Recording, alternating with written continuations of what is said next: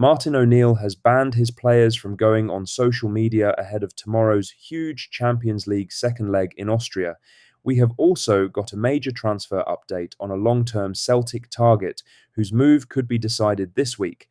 A Celtic target who set up a stunning goal of the season contender over the weekend, a former Celtic midfielder set for a move away from Brighton, and everything you need to know about tomorrow night's game against Lask. It's a big one, let's get into it. But first, make sure you like this video and subscribe to the channel for more Celtic content.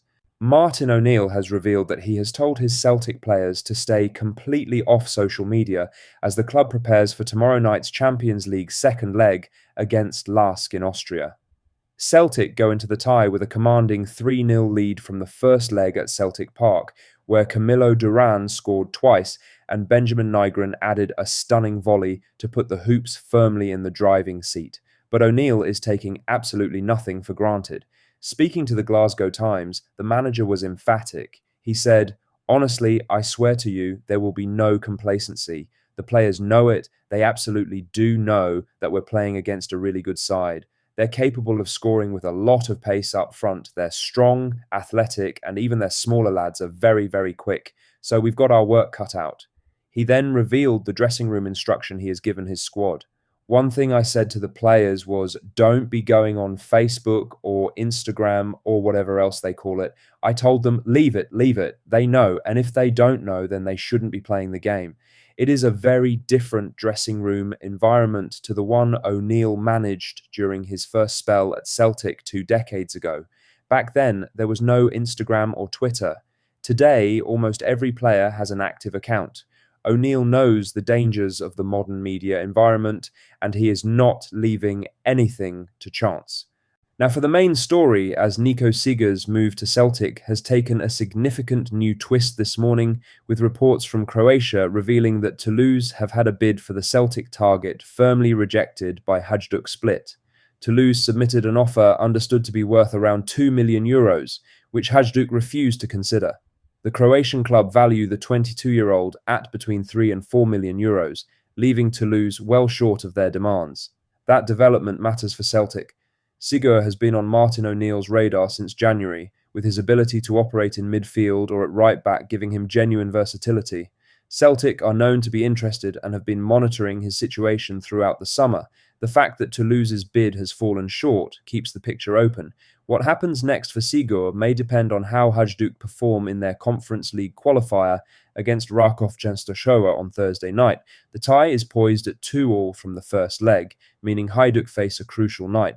Sigur was left out of their recent league win over NK Osijek, though the injury concern surrounding that absence is understood to be minor and he remains in contention for Thursday.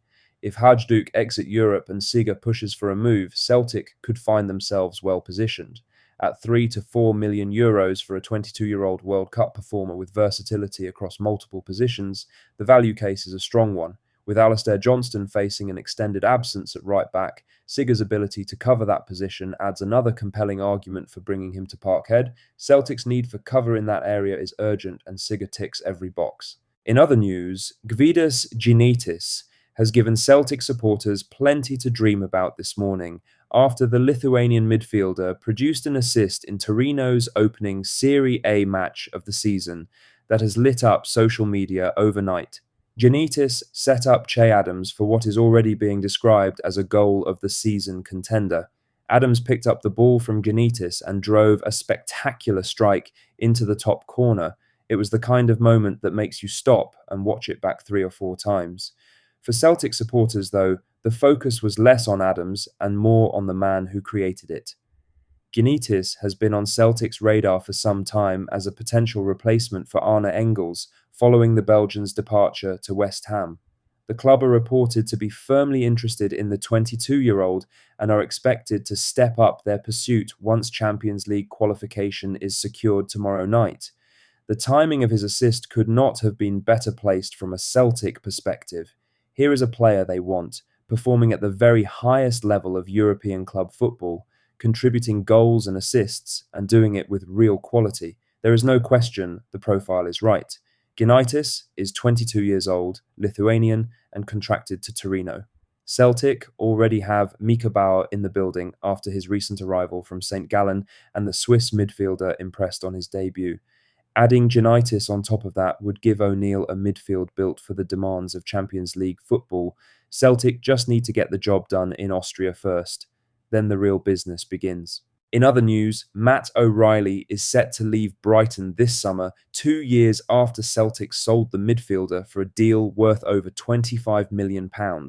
O'Reilly was one of the standout players during his time at Celtic Park. Signed from MK Dons, he developed into one of the best midfielders in Scottish football before his move to the Premier League in the summer of 2024. Celtic replaced him with Arne Engels, a deal that ultimately did not work out as hoped. Life at Brighton has not gone to plan either. O'Reilly picked up an injury just minutes into his debut and was stretchered off, which set the tone for a frustrating opening spell. He later broke back into the team and even scored against Manchester City, but consistent minutes remained elusive. He was shipped out on loan to Marseille, appeared to be settling well in France, but was recalled to the south coast before the season was done.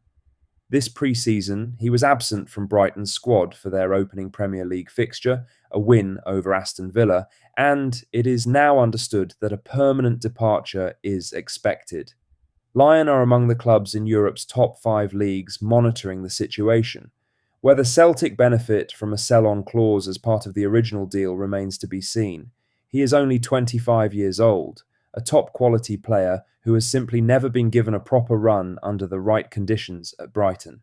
Wherever he ends up next, Celtic supporters will wish him well. He was a brilliant servant to this club.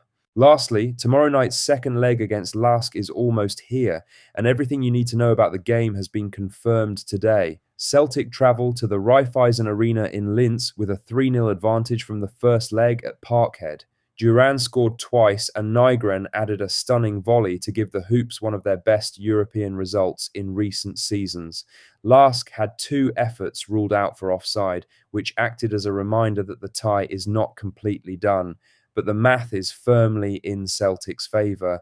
The game kicks off at 8 in the evening UK time, which is 9 in the evening local time in Austria. It will not be shown live on television in the UK, but supporters can watch on Amazon Prime Video with a subscription. The World Cup final referee Simon Marciniak has been appointed to take charge, with Dutchman Paul van Buckel on VAR duty. It is as high-profile an officiating team as Celtic could expect for a playoff second leg. Alex Oxlade-Chamberlain remains suspended and will miss the match. No new signings will be eligible due to UEFA registration rules for this stage of the competition. Otherwise, O'Neill should have the same group available as he had for the first leg. The prize is a place in the Champions League stage.